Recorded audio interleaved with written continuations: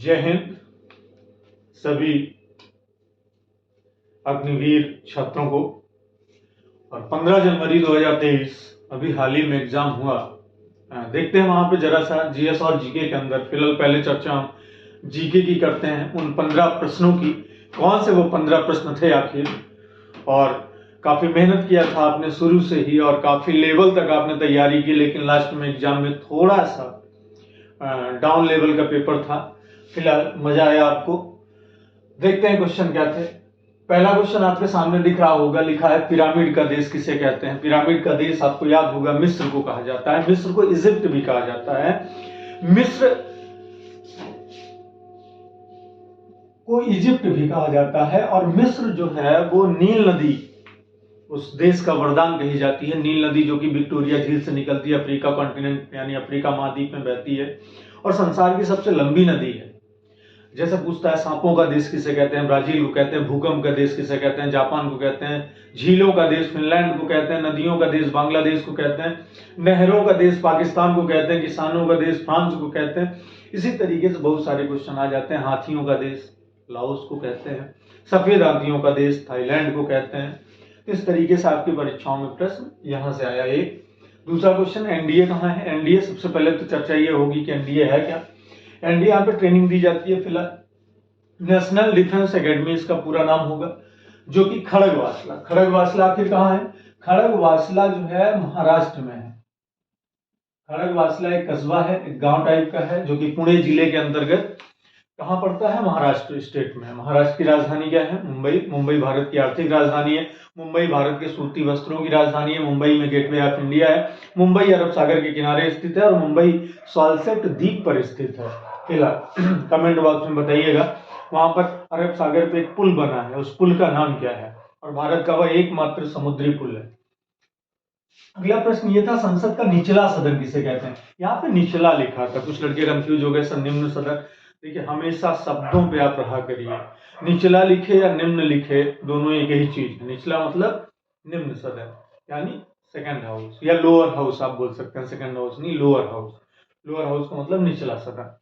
क्यों कहा जाता है निचला सदन, आखिर हम लोकसभा को क्यों कहते हैं। और लोकसभा सरकार चलाती है, लोकसभा मंत्रिपरिषद के साथ मिलकर कार्य करती है, लेकिन निचला सदन क्यों कहते हैं।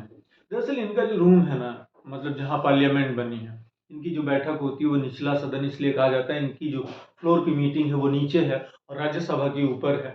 फिलहाल कॉमन सी बात है, संसद का निचला सदन किसको कहते हैं, तो लोकसभा को कहते हैं। लोअर हाउस किसको कहा जाता है, लोकसभा को। लोकसभा की अधिकतम सदस्य संख्या 552, वर्तमान में 545। घट कैसे गए, 7 सीटें पीओके में चली गई, पाक ऑक्यूपाइड कश्मीर।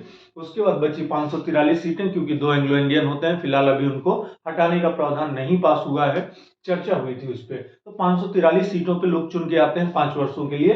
लोकसभा भी 5 वर्षों के लिए गठित होती है। इस समय कौन सी लोकसभा चल रही है, इसको आप कमेंट बॉक्स में बताएंगे।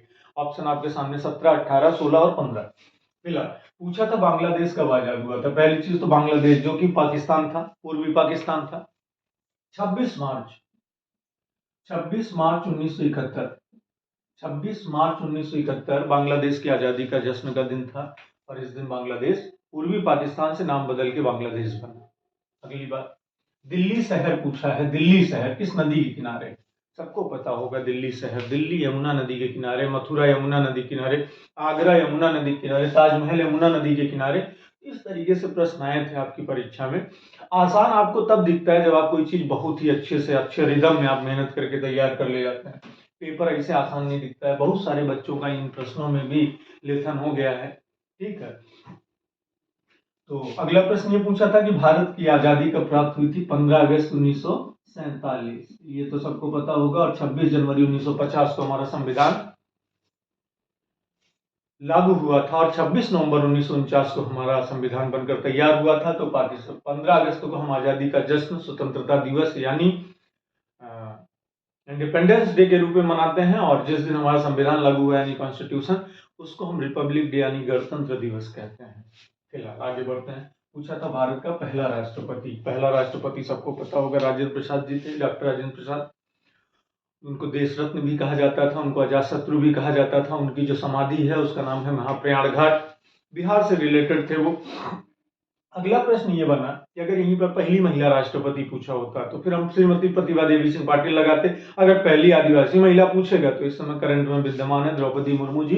कमेंट बॉक्स में जरूर बताइएगा कि ये किस नंबर की भारत की महिला राष्ट्रपति हैं और किस नंबर की कुल पदक्रम के अनुसार राष्ट्रपति हैं। अगला प्रश्न था तीनों सेनाओं का प्रमुख कौन होता है। तो आर्टिकल नंबर 53 पैरा सेक्शन 2 अनुच्छेद है संविधान का एक 53 सेक्शन 2 यानी अनुच्छेद 53(2) के आधार पे तीनों सेनाओं का सुप्रीम कमांडर कौन होगा, द प्रेसिडेंट ऑफ इंडिया यानी भारत का राष्ट्रपति। ऐसा कौन कहता है, अनुच्छेद 53(2) कहता है। अब प्रश्न पूछा है सबसे लंबी तटरेखा वाला राज्य। सबसे लंबी तटरेखा गुजरात की, गुजरात की राजधानी गांधीनगर। नए नए अभी वहां पे सीएम बने हैं फिर से, उसको भी आप कमेंट बॉक्स में जरूर बोलेंगे। सबसे लंबी तटरेखा किस राज्य की है, गुजरात की। अगला प्रश्न पूछा है पैन कार्ड जारी कौन करता है। पैन कार्ड आयकर विभाग जारी करता है। पैन कार्ड कौन बनाएगा, आयकर विभाग। ठीक। अगर ये पूछता आधार कार्ड कौन सी संस्था बनाती है तो UIDAI unique identification authority of India. अगला प्रश्न पूछा था लौह पुरुष यानी आयरन मैन सरदार पटेल, जिनको कहा जाता है लौह पुरुष के रूप में। गोवा की राजधानी ये सबको पता होगा, मांडवी नदी के किनारे स्थित है और शहर का नाम है पणजी।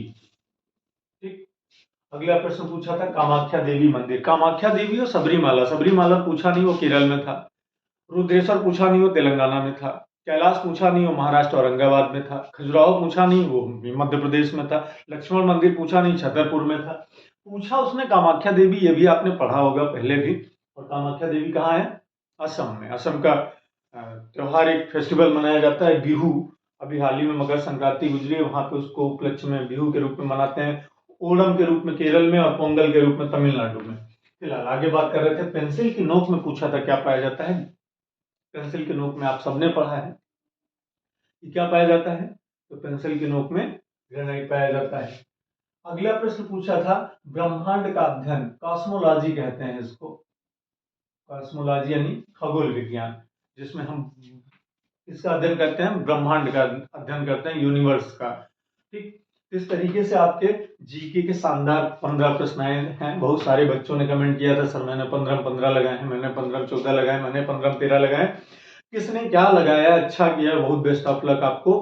आपका जो कट ऑफ है वो 170 प्लस ही रहेगा फिलहाल उम्मीद ज्यादा नहीं है कि आप नहीं पास होंगे। बिल्कुल, जिन्होंने अपना एग्जाम क्लियर कर लिया वो तो ठीक, लेकिन जिनके एग्जाम आने वाले हैं और इस सत्र से नई शुरुआत होने वाली है, उसका एक अलग वीडियोस में आपको बताने वाला हूं। और उसके साथ साथ साइंस में अगले सेक्शन में लेकर आऊंगा। ये 15 क्वेश्चन आपके जीके के थे और बाकी फिर मिलते हैं अगले सेशन में। Best of luck.